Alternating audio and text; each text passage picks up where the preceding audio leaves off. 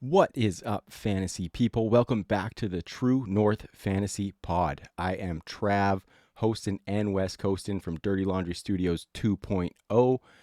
We are, of course, proud members of the Fantasy Points Media Group, where at fantasypoints.com you can use our promo code TrueNorth22 to get 10% off the elite resources offered over at the Fantasy Points website.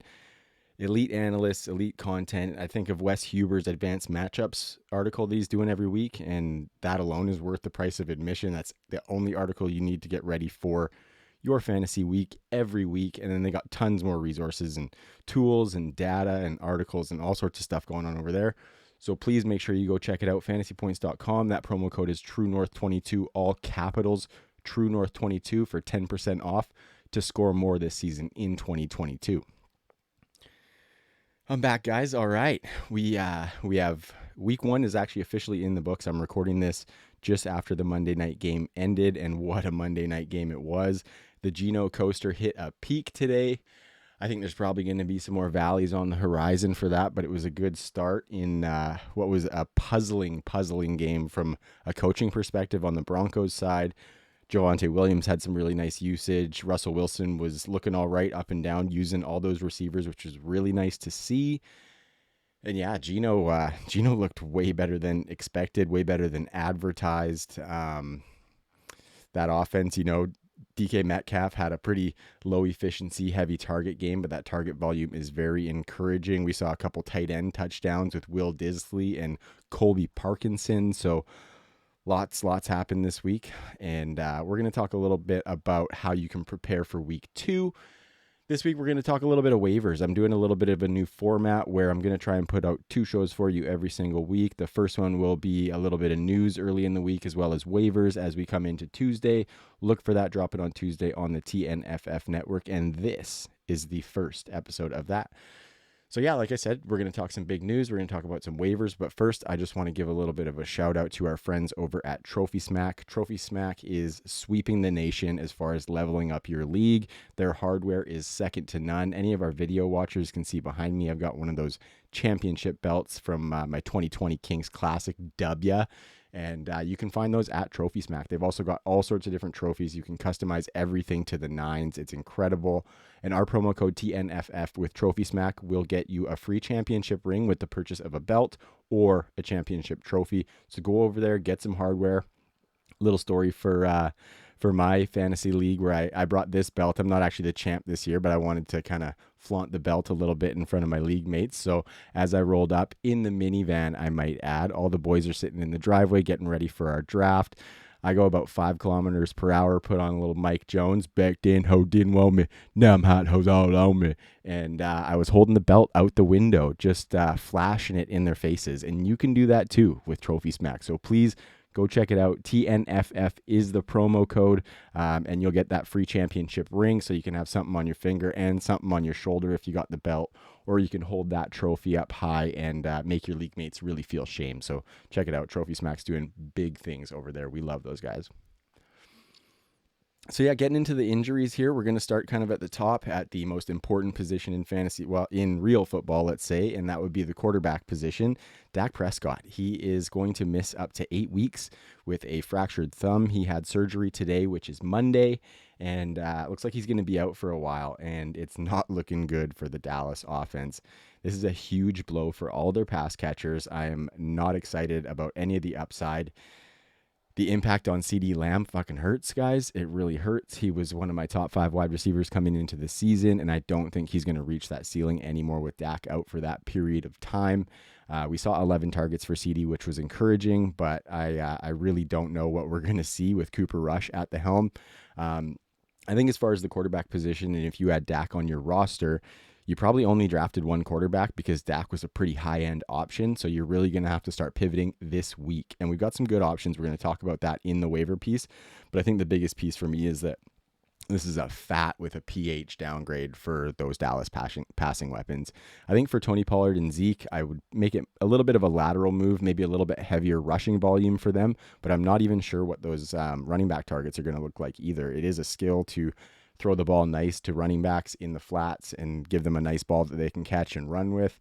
And Dak had that down probably a lot more than Cooper Rush does. So remains to be seen how that looks. But both were involved in the passing game, Tony Pollard and Zeke.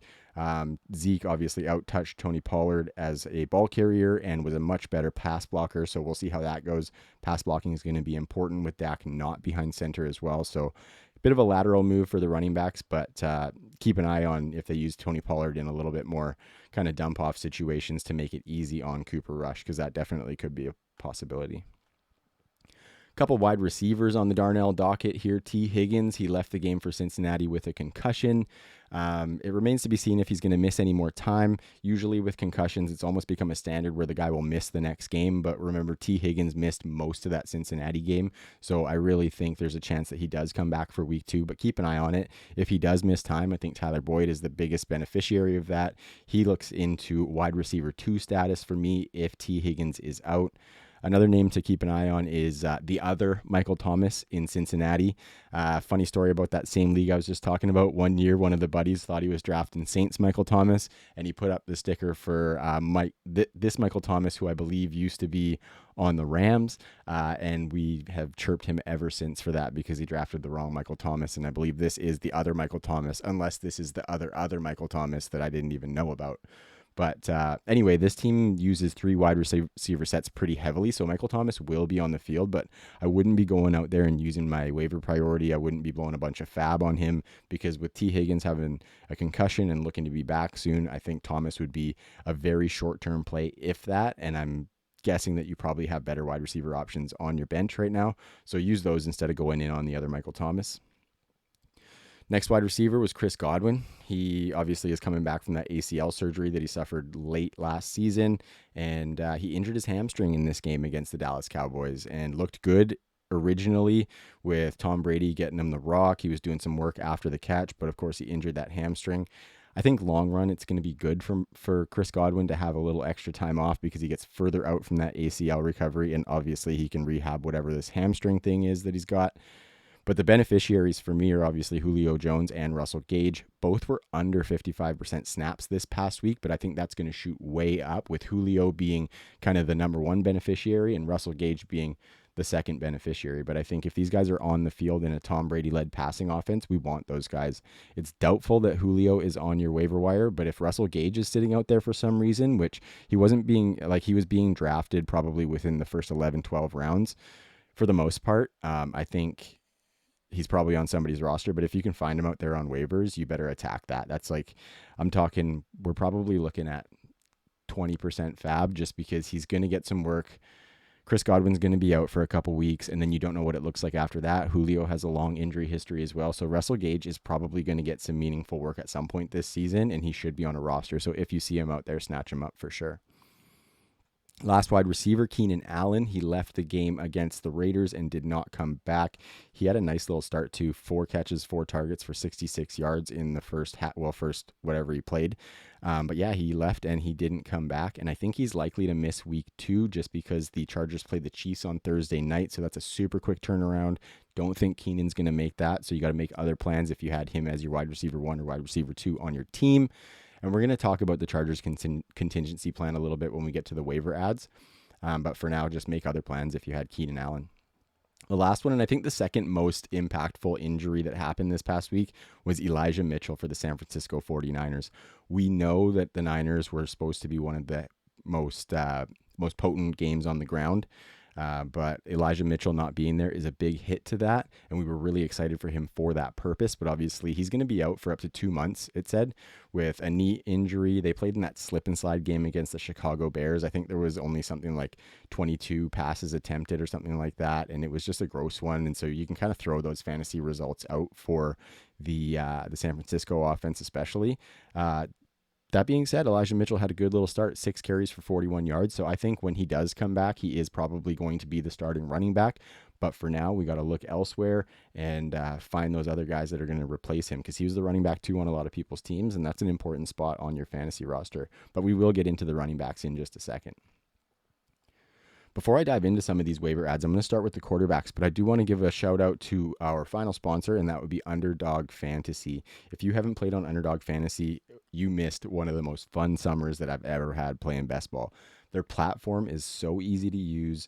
Their drafts are plentiful, all sorts of dollar values. They got $5 ones. I think they had $2,500 high stakes best ball leagues, which is a little fat for my wallet, but nonetheless, if somebody wants to go drop a cool 25 you can win big. Best Ball Mania 3 has $10 million in prize pools, and that was only a $25 entry for that league. So lots of fun to be had over there during the summer. And then in season, they got some really cool stuff going on. Obviously, they have the best props in the business.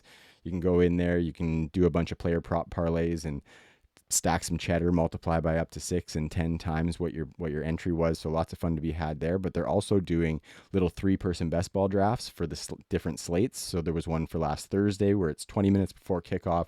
I enter into 4 or 5 of these things at $5 entries. Takes 3 minutes to draft a little best ball team, and it's $5K in prizes for those mini ones. They've got them for the morning and the afternoon slates on Sundays as well. So there's just tons of fun to be had, lots of money to be made, and lots of fantasy goodness. We like that. Shout out to my friends at Goat District, JD, and that fantasy goodness. Underdog is bringing that fantasy goodness. So check them out with our promo code TNFF, and you can get an instant match on your first deposit of up to $100. Drop a hundy, they'll give you another hundy. That's 2 hundy, and you can multiply that by hundies of hundies. So it's a lot of fun to play over there on Underdog, and that promo code is TNFF. So get in there, don't wait. You'll have more fun than you've ever had playing fantasy football. All right, so waivers this week. Week 1 is an interesting time. You don't want to overreact to waivers. You drafted your team, you took your guys in the places that you took them for a reason.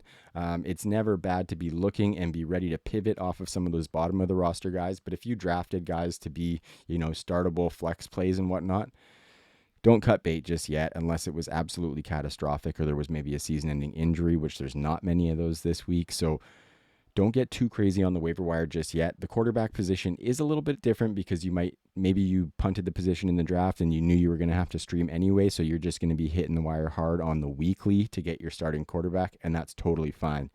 The first one I want to draw your attention to is Carson Wentz. He had a big day against the Jacksonville Jaguars.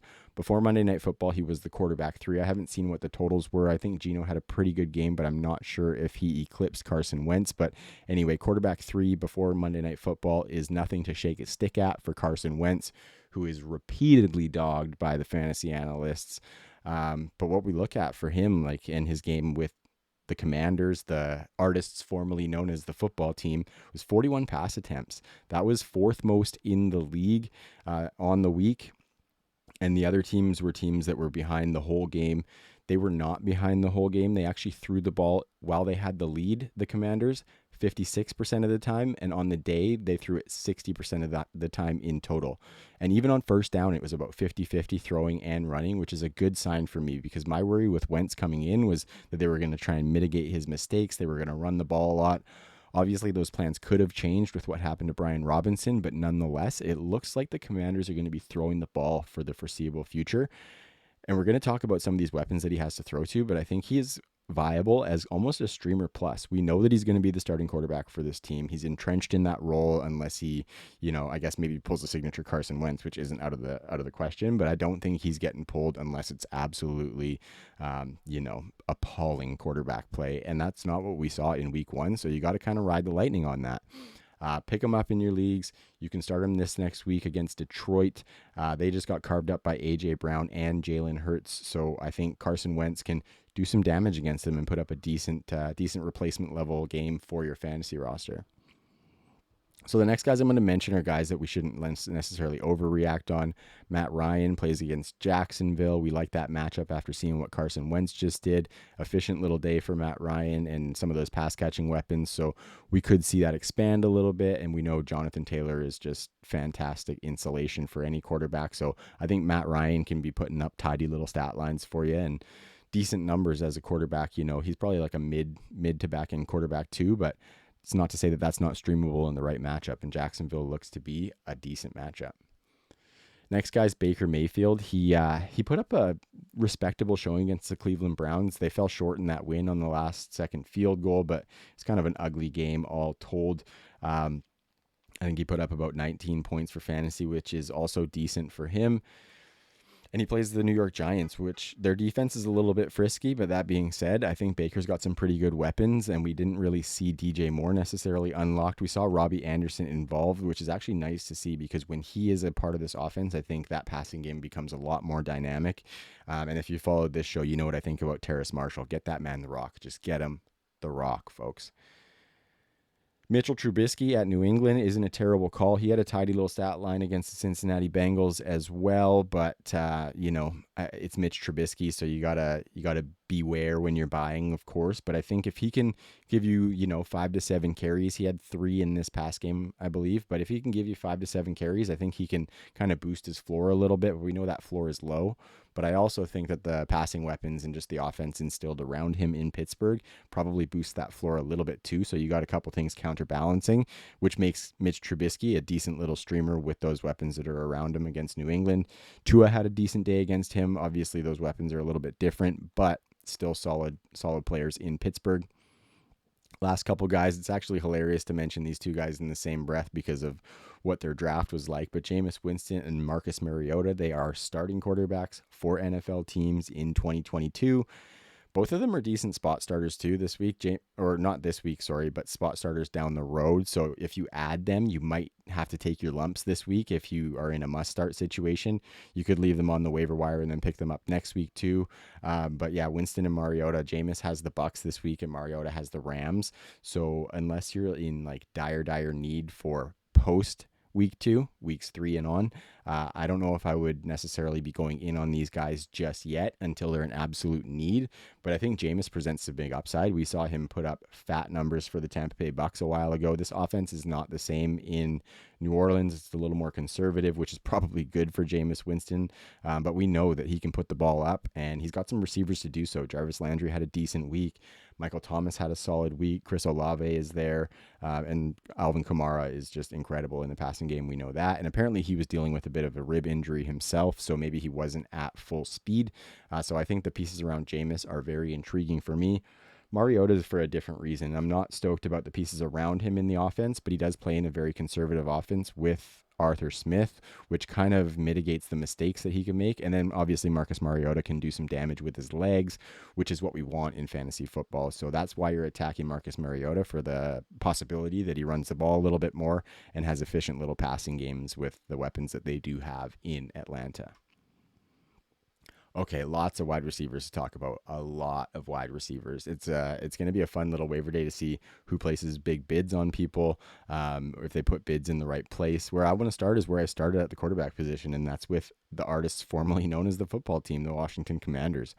Both Jahan Dotson and Curtis Samuel had solid days against the Jacksonville Jaguars, and both would be decent ads based on talent and pedigree alone. We know what Curtis Samuel can do. He's a very electric player, coming off of being oft injured, of course, but it looks like he's healthy. He got 11 targets and a touchdown against Jacksonville. And then Jahan Dotson, the first round wide receiver, comes in 2 touchdowns, lower volume than did Curtis Samuel.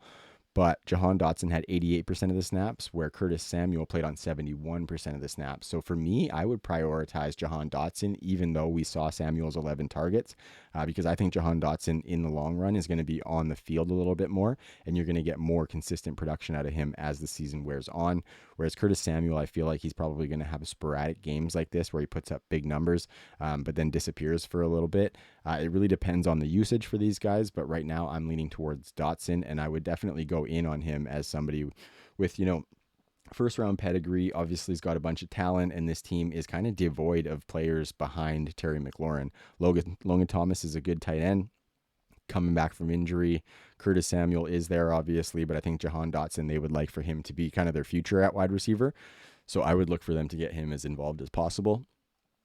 But I would take a shot at both of these guys, or not both, but either of these guys if they're on the wire, because you never know. Like, the upside's big with Curtis Samuel just in his profile, and Jahan Dotson has a little bit of that in his as well. So check those guys out. Zay Jones is the next guy here, and I think he's a guy that, I've been touting him since before the season even started. I was always saying that I don't think the talent gap between him and Christian Kirk is that big. Zay got his own pretty big deal from the Jacksonville Jaguars. So for me, he was always going to be the wide receiver 2 here. I know Marvin Jones is still there. They got rid of Laviska Shenault, so it's a little bit cleared up. And Zay Jones, I think, might be the biggest beneficiary of that. He had 9 targets this past week, turned that into 6 receptions for 60 yards, I believe. And I think this team's going to pass the ball a lot. The defense is like, it's got some players on it, but it's not where it needs to be. They haven't come together yet. And I think this team is going to be playing from behind a lot. Therefore, Trevor Lawrence is going to have to pass the ball a lot, and I think Zay Jones is going to be there. We saw some flashes in the preseason. We've seen flashes in Zay Jones' career as is. Like, he always comes up with these filthy catches here and there. Just needs to get a little bit more opportunity. I'm not saying he's going to be a world beater, top 24 wide receiver or anything like that, but I think he could put up some consistent target volume from week to week where he could have some of those big games and fill in that flex, because Jacksonville's going to be a little bit sneaky because they're going to be fruitful for fantasy, even if they're losing games, because they're going to be throwing the ball a lot. Don't get me wrong. Christian Kirk was the definitive wide receiver 1 for this team in week 1, and that's totally fine. They paid him to be that, but when you're throwing the ball that much, more than one guy is going to get the rock, and Zay Jones, for me, is number 2 on that target totem pole. Kyle Phillips, in Tennessee, shout out to D Brown and the Sons of Dynasty. They were touting this guy before I even heard of who he was. And he had a nice little line, 6 catches on 9 targets for 66 yards in that Tennessee passing game. Not a passing game we're stoked about attacking, really. But with Treylon Burks and Robert Woods, none of these guys have full chemistry with Ryan Tannehill. And there's no saying that Kyle Phillips can't come in and be that guy that gets, maybe low upside volume where he has to have 9-10 targets to put up 65 yards. But if you add a touchdown in there, that's really nice in your PPR league. So it doesn't hurt to take a stab at Kyle Phillips, but I would really have to, I would have to have that free roster spot. I'm not going to be dropping wide receivers like, say, MVS or someone in that range who looks like they're going to be on a more high-powered offense, or even like we're looking at AJ Green. I would keep AJ Green over Kyle Phillips just because he's in that Arizona offense. Or maybe even like a Van Jefferson. I would probably still hold out hope that Van Jefferson can be that third guy in the Rams offense before I would be attacking some of these next guys. But I mean, in your PPR leagues, if you need a guy to give you, 7 to 12 points, then Kyle Phillips can be that in your flex spot if you need that start. I mean, hopefully at this point, you're not needing these guys to come in and save your flex spot, because it's only 1 week into the season, and this is where we don't overreact, right? Like, if your flex that you think is going to be your weekly flex starter threw up a little bit of a dud, but you drafted him in the range that he should be a flex starter, keep that guy. Do not drop that guy just yet. You put the draft capital into him. You used whatever your process was to attack him in the draft. Keep him. But Kyle Phillips could be a decent little PPR ad. Okay, here's where we get to a little bit of upside, but upside that I'm not really going to be diving in on the waiver wire until later in the season, and that's with Donovan Peoples-Jones. And I say not until later in the season because I really think if somebody's picking him up off the waivers right now, they're going to see that 11 targets that he just had in week 1. Obviously, that's notable for him. Turn that into 6 receptions, 60 yards for him as well. We know, obviously, Amari Cooper is there. He only had 6 targets in week 1, and I think those guys are going to bounce a little bit, but I think Amari probably wins out as the highest target getter on that team. But Donovan Peoples-Jones, I think he's going to be a little bit spotty after this week. So I think teams who pick him up now are probably going to end up dropping him again. And when we really want him is when we're getting into the Deshaun Watson period, where Deshaun Watson comes back in week 13. Donovan Peoples-Jones hopefully is still healthy on this team. And then the target quality going from Jacoby Brissett to Deshaun Watson is a huge difference. So I would let league mates spend that fab on DPJ right now, because there's a chance that he does get dropped at some point, and then you can scoop him up as you get later into the season. As attrition hits some of the guys on your team, maybe you get some injuries and whatnot, then definitely swoop in and scoop him up a little sooner than that. But week 13 is when I'm really targeting DPJ as a guy who could be damn near a league winner that takes you down the stretch run and puts up big points for your team, which he almost was last season. I had him on some teams, and he was pretty helpful for me down the stretch when I was lacking in that wide receiver 3 spot. So I love me some DPJ, and I think he offers big upside because he's a super talented guy, and he's got an elite quarterback that's going to be coming into the fold as the starter for this team late in the season. A couple other guys here. We got Devin Duvernay. A very efficient day for Duvernay, and I loved him coming out of college. 4 targets, 4 catches, 2 touchdowns. But I'm pumping the brakes on this a little bit. We see those 2 touchdowns, we get really fired up. It was a nice, tidy little day for him, but he did only have those 4 targets. He ran the same amount of routes as Demarcus Robinson and backup tight end Isaiah Likely. And, they had a bunch of guys with 4 targets, and it just wasn't that great behind Rashad Bateman and Mark Andrews. So I'm having a hard time diving in on Devin Duvernay just because those 2 touchdowns are really going to pop for a lot of people. And I'm not, paying up for those 2 touchdowns because that's not really going to happen again. I think the problem with Devin Duvernay is that he's probably going to be maxing out at like 50% of the team snaps, which is kind of a natural thing with this Baltimore run heavy offense with Lamar Jackson behind center.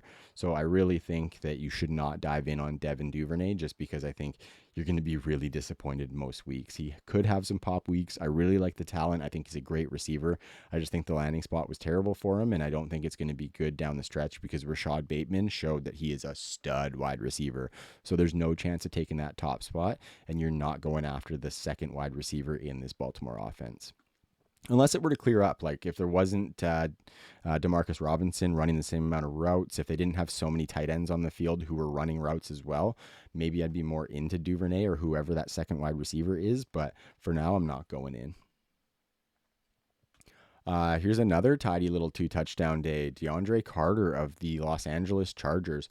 He, for me, was definitely a product of Keenan Allen going down. You look at Carter's snap share, and he only played on 37% of the team's snaps. He was targeted heavily when he was in there, obviously, with, 4 targets, but he had 2 touchdowns, which is lucrative targets, and we like those. But then you look at the guy who we thought was going to be the next in line, and Joshua Palmer. He played 75 snaps, got 75% of the snaps, and got the same amount of targets as did DeAndre Carter. He just didn't get the touchdowns. So if I'm going in on this Chargers offense, I'm not going after DeAndre Carter. I actually would go for Joshua Palmer because we know that, especially this week, like if you look against the Chiefs are going to put some points up. Chargers are going to have to keep up with them. Joshua Palmer, with Keenan Allen potentially out, is going to be the second wide receiver on that team. And Mike Williams was basically a ghost in week 1. So those targets are up for grabs. Number 1 spot is up for grabs with Keenan Allen out, and I don't think it's going to be DeAndre Carter. I think Joshua Palmer and Mike Williams are going to handle it with the tight ends as well, who we're going to talk about in a little bit. Okay, going to Green Bay, that was an ugly one for the Packers, and we saw Aaron Rodgers with his cool new haircut getting pretty cheesed on the sideline in week 1. He was not a happy boy with his wide receivers. The 2 that I'm going to talk about are Romeo Smokin' Dubes and Christian Watson. Yes, I called him Dubes. I know it's Dubs or Dobbs or something like that, but Smokin' Dubes sounds way cooler, so that's what I'm going to call him. Smokin' Dubes smoked for 5 targets, 3 catches, and 40 yards this week. And Christian Watson went for 4 targets, 2 catches, and 34 yards. If I'm looking at these 2 both on the waiver wire, I'm actually going to prioritize Christian Watson. I know Smokin' Dubes got a ton of buzz through camp, but late in the offseason when Aaron Rodgers was on, I believe, the Pat McAfee show, he was talking up Christian Watson as a gazelle and a rare athlete and a guy that he wanted to get the ball to, and I really liked that. And then if you look in the game, Christian Watson actually outsnapped Romeo Smokin' Dubes 66% to 57%. So not a wide margin, obviously, but a margin nonetheless. And if you watch the game, Christian Watson in the first quarter, Aaron Rodgers threw him a beautiful ball to the outside. Watson had his defender beat by, 7 yards or something and dropped what would have been an easy touchdown, like a big touchdown. So we would be singing a largely different tune if that didn't happen. Hopefully that doesn't doghouse Watson too much, because you know that wide receivers can get doghouse when it comes to Aaron Rodgers, especially young ones. But I think Watson will win out in the long run as that second round wide receiver with rare athleticism. Not to say Smokin' Dubes is not going to be one of those reliable targets for Aaron Rodgers, because that's what he seemed like throughout the preseason at least. But I'd be prioritizing the upside of Christian Watson, and I've always felt that way. As soon as he landed in Green Bay, he was in the running for my wide receiver 1 amongst the rookies. But yeah, I think he still could end up being that if he gets a little chemistry with Aaron Rodgers. That's all he needs, is just to catch a couple of nice balls from Aaron Rodgers, maybe go up and snag a 50-50 ball, being 6'5" or whatever he is. And then he's going to start to gain more trust as Aaron Rodgers sees him do that. So I like me some Christian Watson as a bench stash. And, I don't think you're starting him just yet because you don't know how that target volume is going to shake out. Remember, Alan Lazard missed this past game, and we expect him to be the number one target. I just don't expect him to be the number one target to the level that Davante Adams was. So I think that does leave behind some work for some of these guys to carve out a bit of a role where Adams might have had that monopolized, especially in the red zone. It was where somebody that like Christian Watson can come into play with his size. And Davante Adams had a fat share of the targets in the red zone and put up a ton of touchdowns. And we hope that Christian Watson can be the guy to get that. Some guys I'm not necessarily looking into getting here. Noah Brown, he had 9 targets for the Dallas Cowboys, 5 receptions, 68 yards. I talked about the Dak Prescott injury. If Dak wasn't injured, Noah Brown might be my number one wide receiver ad here, just because that Dallas offense does want to throw the ball, and Dak Prescott previously has held up multiple producing wide receivers. But with Cooper Rush at the helm, all of that just goes right in the dirt. You don't want to be diving into that Dallas offense right now. There is so much uncertainty. We don't know what they're going to do at the quarterback position. And I think like you'd be excited about Noah Brown if he was still in that role when Dak comes back healthy. But I think by that time, Michael Gallup's going to be healthy and he's going to be the wide receiver too. And I think by then they'll be trying to work in Jalen Tolbert, and they'll have 3 guys ahead of him on the totem pole, just at wide receiver, not to mention Dalton Schultz, Tony Pollard, and Ezekiel Elliott having some targets here and there as well. So don't be fooled by Noah Brown. Greg Dortch in Arizona. There's a little name from drafts a couple years ago. He got a little bit of buzz as a slot target. Didn't really work out in New York with the Jets. I think he's bounced around a little bit, but this past week he got 9 targets for the Cardinals, 7 receptions, and 63 yards. I don't expect to see this type of volume on the regular. Rondale Moore missed this game. He will come back. DeAndre Hopkins will be back. And if you look at who is there right now, AJ Green, Zach Ertz, and of course Hollywood Brown are ahead of him in target priority. So I'm not so down with Greg Dortch. I don't think it's going to happen. It's just going to be so spotty. Like, are you throwing Greg Dortch into your flex this week and you're happy about it? You absolutely are not. So don't dive in there. That's just not something you're going to be happy with. And then let's go to Chicago. I love me some Justin Fields, but I don't love me some pass catchers there. We saw Equanimous St. Brown and Dante Pettis both score touchdowns this past week in that ugly rain game in Chicago.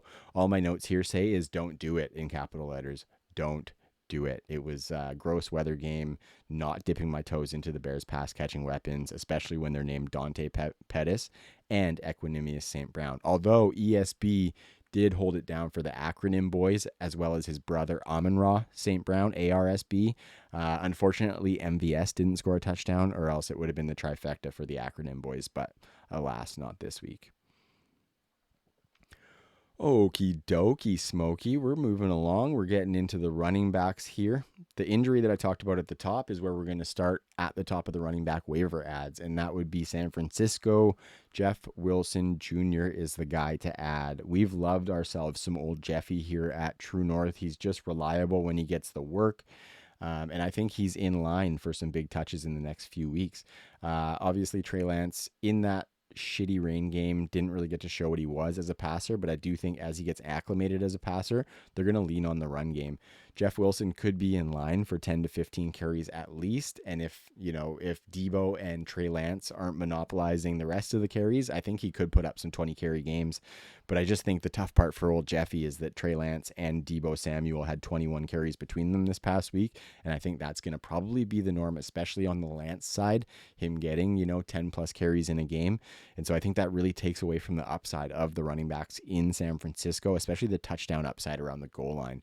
But this team is one of the best running games in the league. They've proven it over the past few years. So I think just the upside that Jeff Wilson presents, if he can make some big plays, even not on 20 carries per week, 10 to 15, I think that still makes him my number one ad, because I'm still holding true that we are attaching ourselves to this run game, and Jeff Wilson looks like he's got the number one spot. It remains to be seen if they go another direction at the position. I saw some people saying maybe they trade for Kareem Hunt, but I think Kareem Hunt's probably too important for the Cleveland Browns backfield for them to trade. I think another more realistic option could be Melvin Gordon, who we saw look decent in that game against the Seattle Seahawks. Both Javonte and Melvin Gordon fumbled at the goal line. What an awful showing in the red zone for that team tonight. Ugh. Melvin Gordon could be an option. There's some other running backs out there. Maybe they dive into the free agent scrap heap, whoever's sitting on that as well, because we know that this offense can make any running back look decent. Tyrion Davis-Price and Jordan Mason are probably on your waiver wires.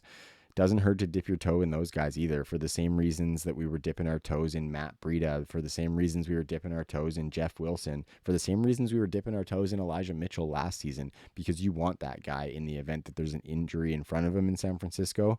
They will give a guy run even if he's an undrafted free agent. They ain't shook. So if they're on the cheap, Tyrion Davis-Price and Jordan Mason are decent little ads as well. But I would probably lean towards Davis-Price. He was just a third-round draft pick for this team. I think they probably they kept him on the bench as a healthy scratch in week 1, but I think that's because they knew they weren't going to give him a bunch of work. They didn't really want him to sit on the bench and get 1 or 2 carries here and there. Jordan Mason was active and didn't even get an offensive snap. So I think that would change if TDP was in there. So I'd prioritize him. Next guy is, surprise, surprise, Rex Burkhead, formerly known as Sex Lurkhead, had 71%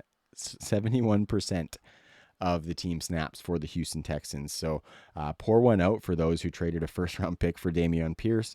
I saw a trade where Tyreek Hill was the centerpiece of a trade to acquire Dameon Pierce, and that was a little bit much for me. Not to say that Pierce can't have a good season from here on out. Maybe they were just giving the veteran nod and trying to get their offense and see what they had, with Burkhead being kind of that solid veteran option there. But I really think that he's going to be involved for as long as he's healthy. They're not just going to put the full workload on Dameon Pierce, although he looked really good in the preseason and he could still end up being a decent pick for your fantasy teams. Rex Burkhead is an absolute ad on the waivers this week, just for the amount of work that he saw. I think he saw 12 carries, but the big thing for me was that he saw 8 targets, and any running back who's seeing like 5-6 plus targets is definitely flex worthy in any league that has PPR, whether half or full point PPR. So dive into Rex Burkhead. I wouldn't, in standard leagues where there's no PPR, I wouldn't really love that, because I don't know what the scoring opportunities are going to be for this team, just because this offense is not great. Just in any of those PPR leagues, you want that from Rex Burkhead, because it looks like he's going to be the passing down option for the Houston Texans, and they're going to be behind in games, and they're going to be passing the ball a lot. The last running back that I think you should really pump the brakes on is Dontrell Hilliard, another one of those guys who scored 2 touchdowns this week, and that jumps off the page for fantasy gamers. But when you dive a little bit deeper and zoom in on what he actually did, the guy only played 18% snaps. He only had 2 carries. We know that the carry workload is going to be dominated by Derrick Henry in Tennessee. So Dontrell Hilliard doesn't have a hope in hell in giving you any production on the ground. And then you look at what he did. He had 3 receptions for 61 yards and 2 touchdowns on 4 targets. But on 18% snaps, he's not going to maintain that target rate on a per snap basis. So don't go in on Dontrell Hilliard. He's a pure handcuff, if anything. And even then, I think if Derrick Henry got hurt, they're going to have somebody else splitting work with Dontrell Hilliard. So you're going to need really, really efficient, low volume targets from Hilliard, because we know he's not getting that rushing work. And I am not going to prioritize him on the waiver wire. I'm going to look to my bench or even elsewhere with a more high upside guy that I think could get a little more volume than he can. So don't go in on Hilliard. Oh yeah, I forgot my boy Kenneth Gainwell. He did have that touchdown. But I'm not adding Kenneth Gainwell to start him in the near future necessarily. I'm adding him for the upside he presents if Miles Sanders goes down, which he potentially can do. Not to mention the upside he presents as a pass catcher. Like, if he starts seeing 4 to 5 targets consistently, where he saw 4 this past week, I think we're going to like some Kenneth Gainwell, because they also trust him around the goal line. The touchdown that he got was on a goal line carry, but he's just not going to get any volume week to week unless we see Miles Sanders go down with an injury. So add him, but don't expect to start him for at least a few weeks. Best case Ontario, he has some standalone in like a 60-40 split with Miles Sanders, where Kenneth Gainwell is the 40 side of it. But obviously, like, if an injury happens, that changes. So you're really hoping for standalone value from Kenny G, but I don't think we get that just yet this season, because Boston Scott is pesky back there. We know they brought Trey Sermon in from the San Francisco 49ers, who could probably use a little bit of Sermon in their life right now, let's be completely honest. But I don't see those guys having really meaningful production for us just yet. The tight end position, dumpy as always, really dumpy as always. Tyler Higbee had 11 targets that last week for the Rams. I don't see that being consistent, but I do see him having a lot of touchdown upside in that offense. So if Tyler Higbee is on your waiver wire, he is probably the tight end I would add kind of the most over these next guys. Next in line, I would put Gerald Everett for the Los Angeles Chargers. That's a high-powered passing attack. He had 66% of the snaps, I believe, and he caught a couple balls, I think a touchdown as well. Also, Trey McKitty, the backup tight end for the Los Angeles Chargers, was on the field quite a bit. He also had over 60% snaps, and he got some decent targets. And much like Christian Watson, he actually had a pretty egregious drop that would have made his day a lot better for fantasy gamers. So as a deep bench stash or maybe like a dynasty throw in on a trade, Trey McKitty is not a terrible little guy to have because he has a really nice athletic profile. He comes from a big program at Georgia. He's only in his second season, was a pretty raw prospect. And I think if they can kind of mold him in Los Angeles with Justin Herbert as his quarterback and all those weapons around him to take attention away from him, I really think that Trey McKitty could be something for our dynasty rosters for sure. Do not go in on OJ Howard. It pains me to say, love the talent, loved him coming out, first round pick of the Tampa Bay Buccaneers, but the guy got buried on the depth chart by Cameron Brate and an old busted up Rob Gronkowski. Couldn't make it happen with Tom Brady in Tampa. Couldn't make it happen with the Buffalo Bills. And they cut him, I believe, and he went to the Houston Texans. Sorry. We didn't expect him necessarily to be like a 2-touchdown getter. So many 2-touchdown games from these guys that you don't want to attack. Like anybody who scored 2 touchdowns, if they're on your waiver wire, don't get them this week, basically, is what I'm trying to say. OJ Howard only played on 17% of the snaps for the Houston Texans, and Brevin Jordan was the predominant tight end on the field for them. So Brevin Jordan is still the tight end to own in Houston. If he's on wires, which he potentially could be, I would pick him up as a deep stash, but you really don't want to be rostering 2 tight ends in your kind of standard 1 tight end leagues. If you have a guy who's startable, you don't want a tight end eating up a roster spot. So, if it's a tight end premium league, I absolutely would add Trey McKitty. But yeah, OJ Howard, just trash. Okay, so looking at the Monday Nighter, KJ Hamler is somebody that I probably would go in and add. He was on a significant amount of snaps today. We know he's a great deep ball receiver. We know Russell Wilson is a great deep ball passer, so KJ Hamler would be a guy that I would want to dive into. And then Geno Smith could be a decent little start if he's going to run the ball a little bit and if he's going to be a really efficient passer like he just was. Like I said at the top of the show, though, the Geno coaster hit a peak today, and I think there's more valleys ahead than there are peaks. So it's going to be a bumpy road for Geno Smith, so not a priority add at the quarterback position, but what a wild way to finish off week 1 in that Monday Nighter. Whew. Crazy, crazy game. Okay, guys, so that's all I got for this waiver and news episode. I hope you guys liked it. Hook up some feedback on the YouTube video or wherever you check us out on the socials. We are True North FFB, Twitter and Instagram. The website is truenorthffb.com, and on YouTube, we are the TNFF Network. This episode's dropping Tuesday. You're probably listening to it Tuesday, being that it's a waiver episode, and Tuesdays are a big day for the TNFF Network. I'm dropping this show in the morning. Jimmy and Connor on the Gold Jacket Pod are going to be telling you which performances are gold or fool's gold at 7 o'clock Eastern, I believe. And then at 9 o'clock p.m. Eastern, we will have the Full Tilt Dynasty podcast with Tom, Jacob, and Billy.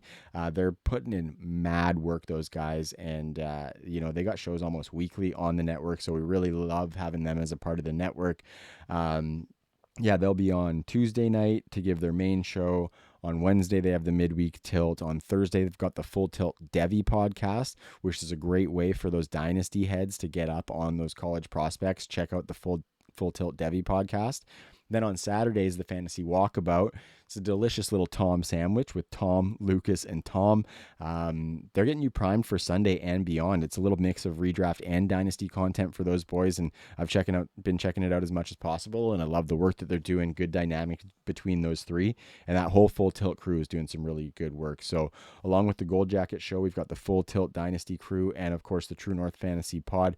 Make sure you subscribe to the channel. Leave a comment. Let us know what you thought. not, like the videos. Yeah, we really want to know what you think of our work. We want to make it better for you as always, and major appreciation to anybody who's checking our stuff out and subscribing or following on whatever audio platform or following whatever social you're following us on, and checking out the website. I did a little revamp of the website. We don't have written content anymore with True North. Just didn't have the resources to put into the written side of things. We really wanted to dial into the video and audio content. So that's what you're seeing. You're going to see the shows increasingly highlighted on the website. So go to that, truenorthffb.com, check it out. You got all the shows are on there. We've got all of our gear from Viridian Global. I got a t-shirt on and the hat right now, or a chapeau as our French friends might say.